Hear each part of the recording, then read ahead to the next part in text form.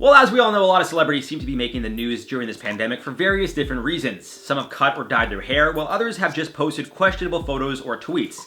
Then there's Ellen, who, well, she's a story on her own with all the stuff that's coming out about her.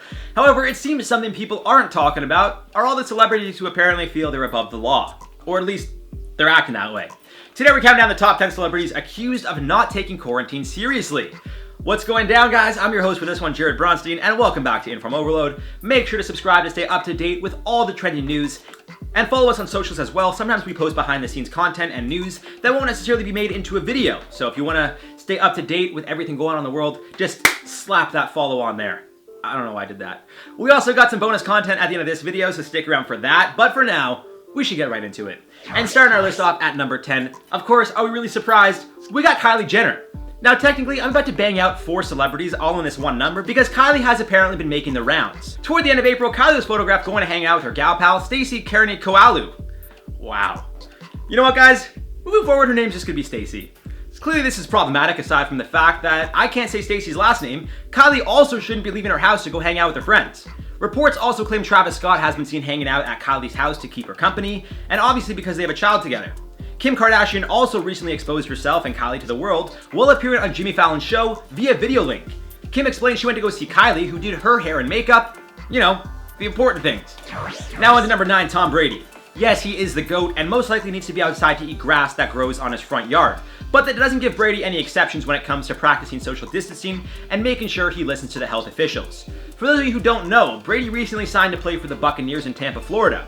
And although people are excited, when he was spotted working out in a park downtown in the middle of April, well, he was technically breaking the law. An employee patrolling the park unknowingly approached Brady, who lost to the Philadelphia Eagles in Super Bowl 52, and told him he had to go. Clearly Tampa Bay didn't want to piss him off, so the city actually tweeted at him in the most apologetic way ever.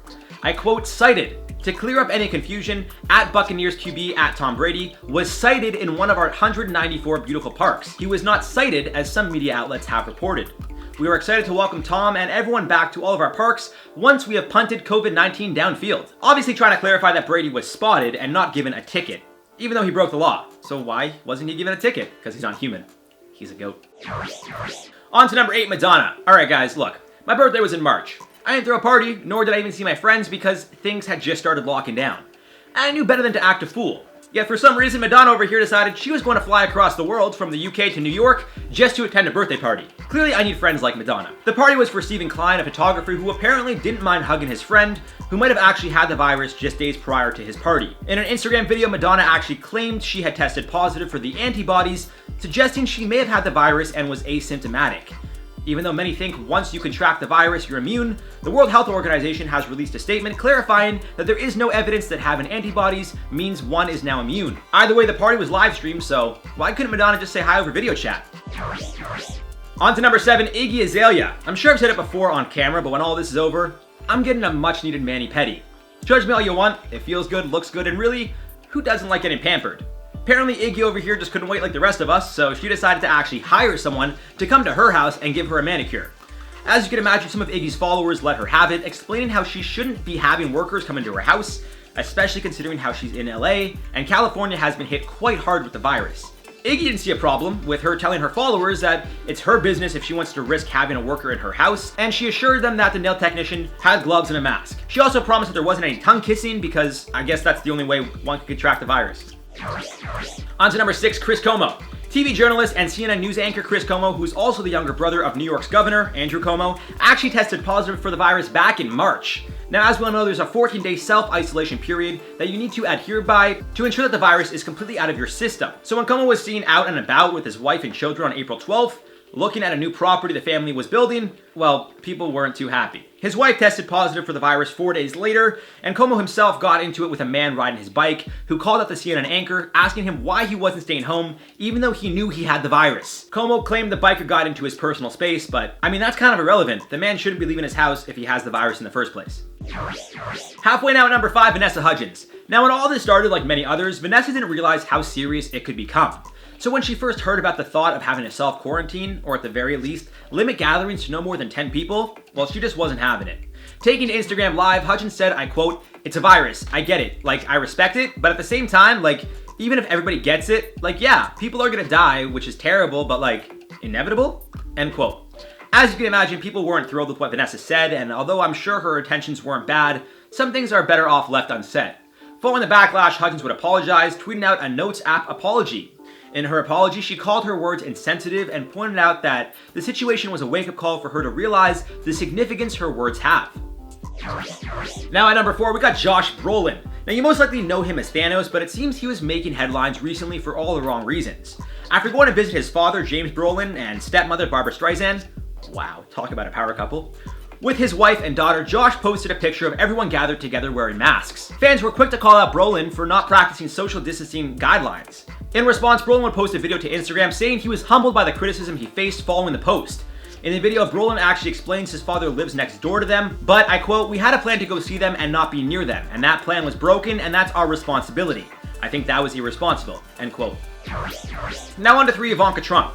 I mean, when you're the daughter of the president, I feel, although you technically shouldn't be, you're kind of above the law. Now, I'm not saying that she is above the law, but as you can imagine, after breaking the law, she was defended by the government.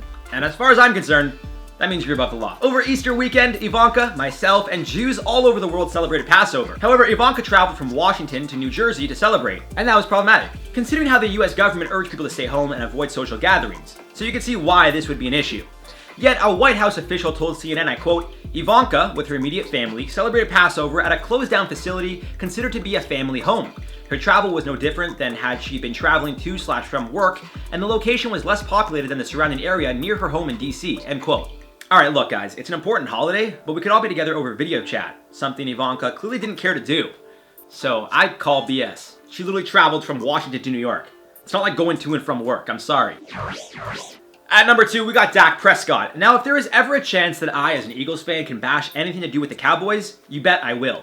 And although originally I wanted to put Dak at number 1, I couldn't just give the Cowboys first place, regardless if it's not a list they'd want to be associated with. So the story here is quite simple. Former Cowboys receiver Dez Bryant posted a photo to Twitter tagging Dak, clearly indicating that the two had been practicing together on the field. Although some Cowboy fans were excited at the idea of Dez returning to the team, most people called out America's team's QB and Dez for not practicing social distancing. I mean, it's one thing to fail year after year on the field, but at the very least, Cowboys players should follow the law. On to number 1, Evangeline Lilly. Back on March 16th, the Canadian actor posted a photo to her Instagram page of a cup of tea captioned, I quote, "Hashtag morning tea, just dropped my kids off at gymnastics camp. They all wash their hands before going in. They are playing and laughing, hashtag business as usual." As you can imagine, people in the comments started to go off, calling Lilly out, who referred to the virus as a respiratory flu. Just 10 days later, Lilly posted an apology, explaining that when she first posted the photo of the tea, authorities ordered for gatherings to be limited to 250. 2 days later, things changed. To which Lilly explained, I quote, "Please know I am doing my part to flatten the curve, practicing social distancing, and staying home with my family," end quote. She went on to offer her apologies for, I quote, "the insensitivity I showed in my previous post to the very real suffering and fear that has gripped the world through COVID-19. Grandparents, parents, children, sisters, and brothers are dying. The world is rallying to find a way to stop this very real threat, and my ensuing silence has sent a dismissive, arrogant, and cryptic message. My direct and special apologies to those most affected by this pandemic. I never meant to hurt you. When I wrote that post 10 days ago, I thought I was infusing calm into the hysteria. I can now see that I was projecting my own fears into an already fearful and traumatic situation," end quote. And that does it for this one, guys. It's interesting to me how people handle taking the backlash in different ways. Some admit that they were wrong, while others stand by their decision. Either way, let me know your thoughts on this one in the comments down below. For now, let's reply to some comments from the video. Celebrity secrets exposed. Huge law firm hacked stolen data. Annie_525 said, "Well, this was bound to happen one day." Yeah, it really was. I mean, it won't be the last either. You just gotta have good security, I guess. Offshore bank accounts? I don't know. David Moniolo said, "I love this channel. Also, I wasn't first, but at least I was second." I'm sorry, I had to burp while I was reading your comment, man. But I appreciate you being here. Sophie Suarez said, "Fun fact, my uncle used to be Elton John's lawyer in London a couple of decades ago."